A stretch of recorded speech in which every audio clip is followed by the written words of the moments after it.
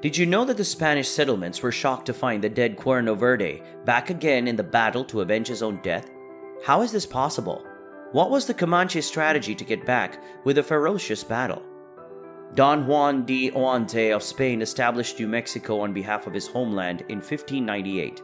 In the eyes of the Spaniards, this new boundary stretched for hundreds if not thousands of miles. This mindset resulted in decades of conflict between the Spaniards and the Comanches. The Comanche, who were adept at cavalry and lived off the spoils of war, were a constant source of fear for the Spanish in New Mexico. The Comanche raids were not just military in nature, but were also intended to acquire captives, which were treated as slaves. The decentralized system of Comanche society made any kind of long-term peace agreement nearly impossible to establish. Despite being referred to as a single nation, the Comanche did not operate as a single unified entity. Rather, several autonomous bands comprised what was known as the Comanche Nation as a whole. Cuerno Verde. A swarm of 100 Comanche warriors descended on the Spanish at Hoyo Caliente. The Comanche onslaught had failed despite their best efforts.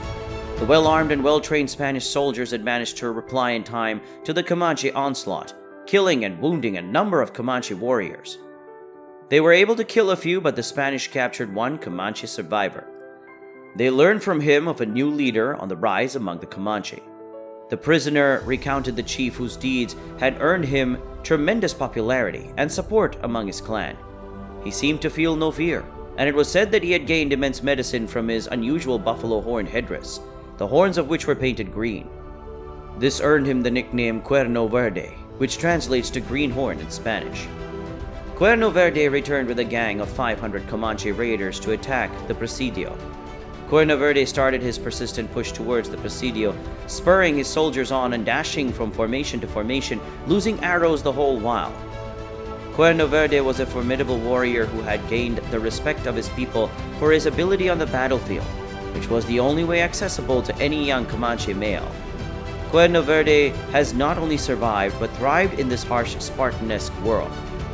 Cuerno Verde's blood rushed hot, soaking the top of his buffalo hide headdress, and as he approached the presidential walls, he could almost feel the Spanish will crumbling. In the fierce battle, Cuerno Verde was hit in the chest by a Spanish bullet and fell from his horse. Cuerno Verde was dead. The warriors let out a collective yell as everyone turned to retreat to the Comanche. The killing of a war chief signaled that the medicine behind the raid had gone bad. Comanches retreated with the lifeless body of Cuerno Verde with his headdress still intact. Following this, Cuerno Verde's son takes on his father's mantle in order to avenge his father's death. The Comanches referred to him as Cuerno Verde now. The Revenge. It was this new Cuerno Verde whom history would recall as such as the legend. He would spread further and wider than even his legendary father's territory, all over the Spanish settlements.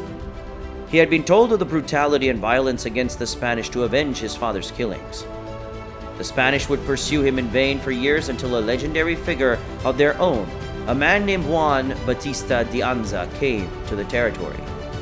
Juan Batista de Anza.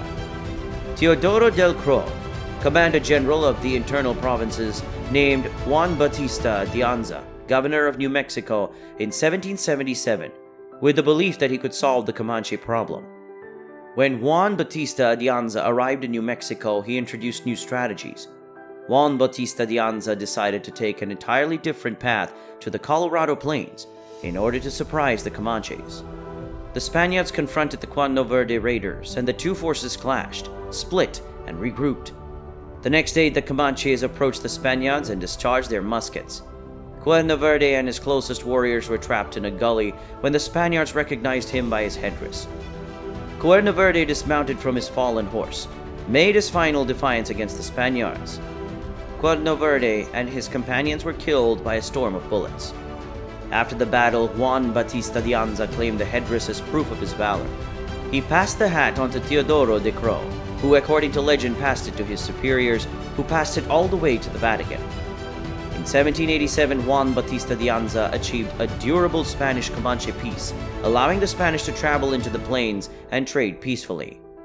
That's all for today, guys. Subscribe for more videos on the history of Native American tribes.